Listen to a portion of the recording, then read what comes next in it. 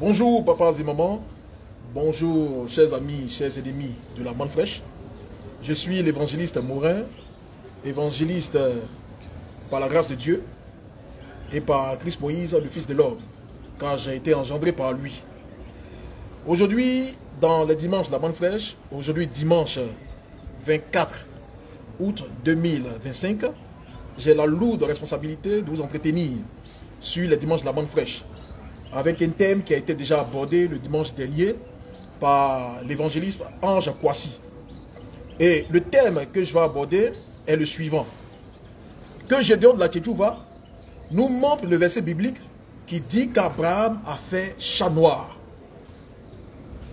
Que Gédéon de la Tchétchouva nous montre le verset biblique qui dit qu'Abraham a fait chat noir sur Agar. Agar qui était la servante de sa femme à lui, Sarai. Parce que cette déclaration-là, c'est Gédéon de la Tchétchouva lui-même qui l'a faite. Qui a eu à dire dans l'un de ses multiples plein air que Agar, qui était la servante de Sarai, a eu des rapports sexuels, comment je peux dire, illégaux avec Abraham. Et il dit en substance que Abraham a fait chat noir sur Agar pour avoir Ismaël, pour concevoir Ismaël. Donc on entend une telle déclaration, on peut se poser la question suivante. Mais à qui est-ce qu'on a affaire exactement? Est-ce qu'on a affaire à un prédicateur de l'évangile? Est-ce qu'on a affaire à un envoyé du Seigneur? Ou bien on a affaire à un plaisantin? On a affaire à un rigolo, un guignol, quelqu'un qui prend la parole de Dieu pour de l'amusement, pour de la plaisanterie. Où est-ce que Gédéon de la Tchétchouva dit une telle déclaration pour dire que Abraham a fait chat noir sur Agar? C'est très grave. Certains internautes diront par exemple, non mais ça ne fait rien. Vous ne prenez rien au sérieux. Qui vous dit que la parole de Dieu, là, on joue avec la parole de Dieu? Qui vous dit que la parole de Dieu est faite pour s'amuser? C'est le terrain sur lequel on doit plaisanter, on doit faire toutes sortes de blagues. Nous, à la bande fraîche, nous disons non. Et cette déclaration de Gédéon de la Tchétchouva, elle est fantaisiste. C'est un gros mensonge, c'est une accusation gratuite envers Abraham, le père de la foi. Sans plus tarder, pour ne pas qu'on me taxe de quelqu'un qui ne fait qu'accuser à tort Gédéon de la Tchétchouva, je vais juste vous faire écouter l'audio où il en parle. Voilà, on prête attention et après ça, nous allons commenter.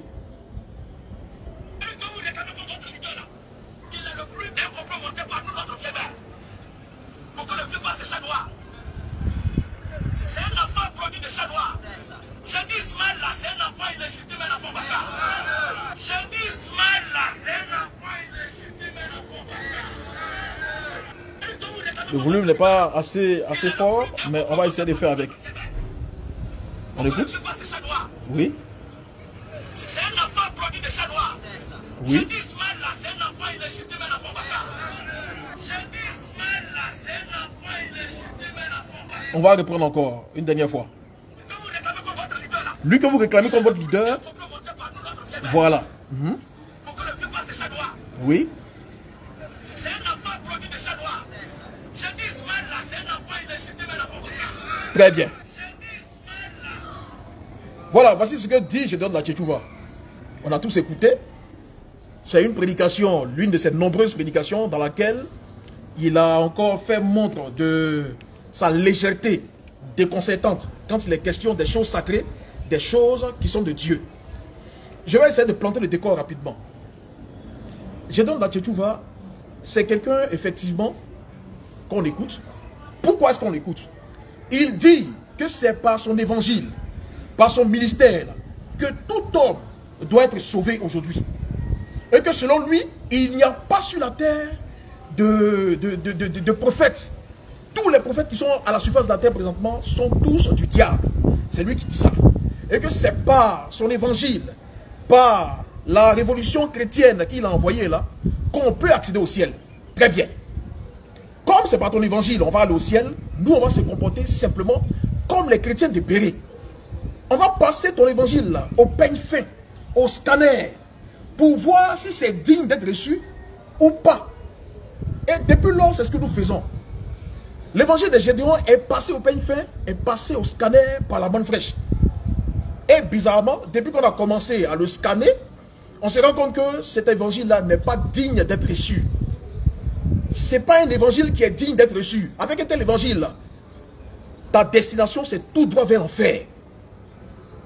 Comment Gédéon peut se permettre de dire qu'Abraham a fait chat noir sur Agar? Quel est le passage biblique sur lequel il s'appuie pour faire une telle déclaration? Il s'appuie sur quel passage biblique? Lui qui aime tant la Bible, lui qui dit à tort ou à raison que tout ce que lui dit là, c'est dans la Bible. Ce qui n'est pas dans la Bible, il ne prêche pas ça. Très bien. Maintenant, où Abraham a fait chat noir sur Agar là, montre-nous le passage biblique où c'est écrit. Parce qu'il s'est servi d'une telle déclaration pour traiter Ismaël, fils d'Abraham, de fils illégitime, d'enfant bâtard. Et là, il s'adressait aux musulmans lorsqu'il était en train de prêcher. Parce qu'il voulait avoir des arguments solides pour défendre sa thèse selon laquelle, comment on dit ça, Ismaël serait un enfant illégitime, Ismaël serait un enfant bâtard.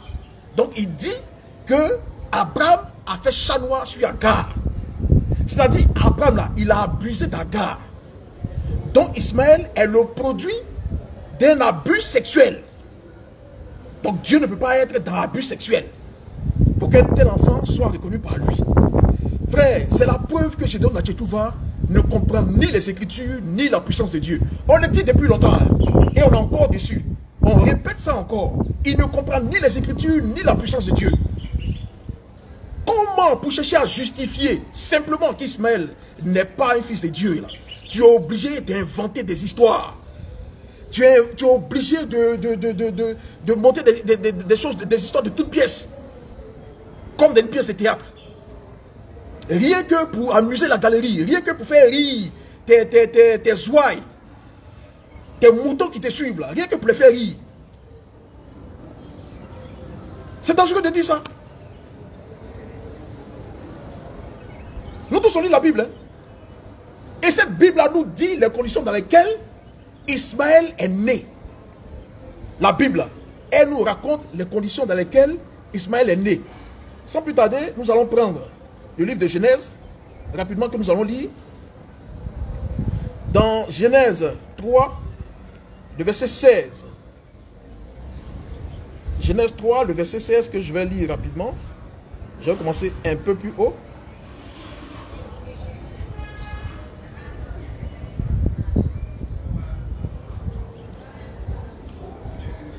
Non, pas Genèse 16, pas Genèse 16, verset 3, Genèse 16, verset 3, c'est exact. Genèse 16, le verset 3. Permettez rapidement que je trouve ce passage.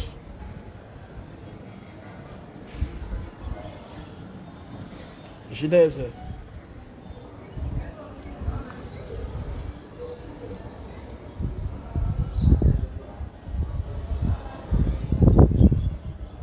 Excusez. Genèse, chapitre 16, le verset 3. Que je lis rapidement pour vous. Alors Sarai, femme d'Abraham, prit Agar, l'égyptienne, sa servante, et la donna pour femme à Abraham, son mari, après qu'Abraham eut habité 10 années dans le pays de Canaan. Il alla vers Agar et elle devint enceinte.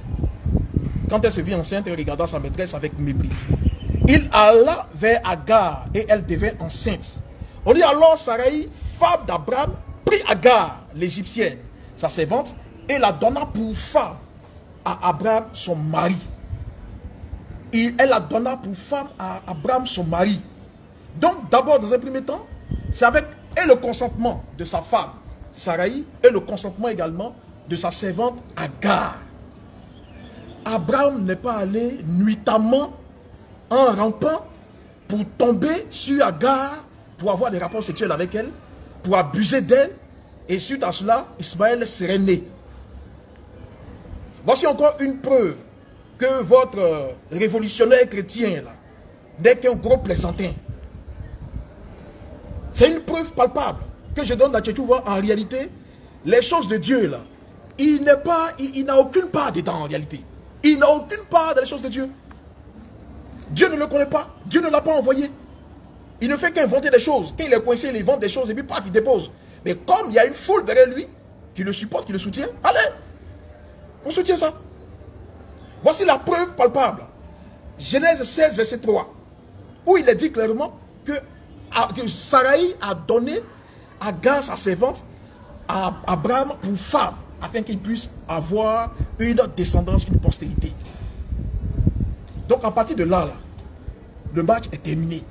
La prédication même peut s'arrêter là, à partir de là maintenant. Parce que la preuve est là. Il n'y a pas eu abus sexuel. Il y a eu plutôt consentement.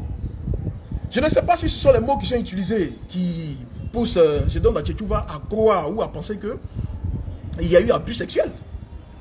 Lorsqu'on dit qu'il alla vers elle, ça ne veut pas dire que c'est la nuit, il a rasé les murs, il a rampé pour aller vers elle. Non, non, pas du tout, c'est pas ça. Parce que dans la Bible, là, ce n'est pas la seule personne dont l'écriture parle ainsi, en disant aller vers quelqu'un. Et puis, n'est pas la première personne à qui sa femme a donné également sa servante pour femme. Lorsqu'on prend le cas de Jacob, dans la Bible, Jacob qui avait pour femme Rachel. Rachel, elle était stérile. Et Rachel a trouvé l'ingénieuse idée de donner comme femme à Jacob sa servante Bila. Et il est écrit dedans clairement dans la Bible que c'est dans Genèse 30, Genèse 30 à partir du verset 2 au verset 5, que Jacob alla vers Bila et elle tomba enceinte. Donc quand on dit Jacob alla vers Bila, ça veut dire qu'il allait faire Chanoa également. Soyons sérieux à la fin. Soyons sérieux.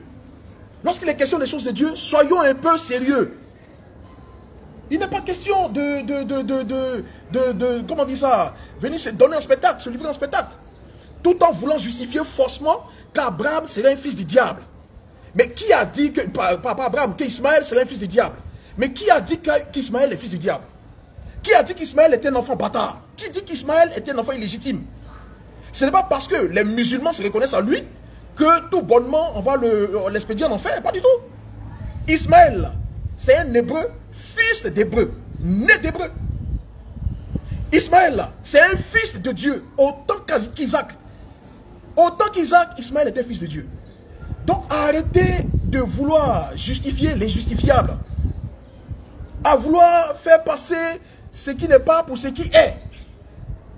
Ismaël n'est pas un fils du diable. Là encore, je donne à Tchétchouva et rentrer en bouche. Ismaël, là, ce n'est pas un fils du diable. Nous tous, par le passé, on a pensé que Ismaël, effectivement, il n'était pas de Dieu. Parce que les musulmans se reconnaissent en lui. Mais par la main fraîche, aujourd'hui, on a les yeux ouverts. Car le Fils de l'homme, il est monté dans les hauteurs spirituelles. Pour nous sortir cette révélation-là. Pour nous faire comprendre qu'Ismaël, en réalité, était fils de Dieu. C'est vrai, vous allez prendre Galates 4, verset 30. Qui dit que le fils de l'esclave n'aura pas d'héritage avec le fils de la femme libre. La femme libre. Oui, ça c'est écrit. On est d'accord avec ça. Mais de quel héritage il s'agit? De quel héritage il s'agit? L'héritage dont il était question là, c'est un héritage charnel. C'est l'héritage physique. Dont possédait, que possédait chose, comment dirais-je, Abraham, qui devait laisser là. C'est de cet héritage il était question. Mais Ismaël aura un autre héritage qui est plus grand que celui-là. Il va hériter effectivement de son père Abraham. Et cet héritage dont il est question, c'est l'héritage qui est au plus haut des cieux. Il est question de la vie éternelle. Ismaël, là, il a la vie éternelle. Alléluia. Car c'est un fils de Dieu, fils d'Abraham. Et par la foi en son père, et par la circoncision qui a été faite, il est entré dans les alliances, dans le Seigneur. Donc, que Gédéon ne se permette pas de dire des choses qu'il ignore. Lorsqu'on est ignorant des choses de Dieu, là, il faut être humble. Et puis, il faut apprendre à disparaître. Il faut apprendre également à être sincère envers ceux qui te suivent. Si tu leur dis que depuis longtemps je vous ai menti, ça ne fera rien. Parce que jusqu'à présent, tu ne fais que mentir. Jusqu'à présent, tu ne fais que, comment dire ça, endurcir des gens. et tu leur traces la voie tout droit pour l'enfer. Abraham là, il n'a pas fait chat noir sur Agar. C'est Gédéon qui ment. Parce que la Bible nous dit le contraire. Il y a eu un consensus entre Abraham, sa femme, et Agar, la servante. Que Dieu vous bénisse abondamment. Et qu'il ouvre davantage votre intelligence spirituelle afin de comprendre la manne fraîche qui est la parole révélée de Dieu aujourd'hui, le blé du ciel et le pain des grands. Que Dieu vous bénisse. Rendez-vous est pris pour le dimanche prochain. Je vous aime. Amen.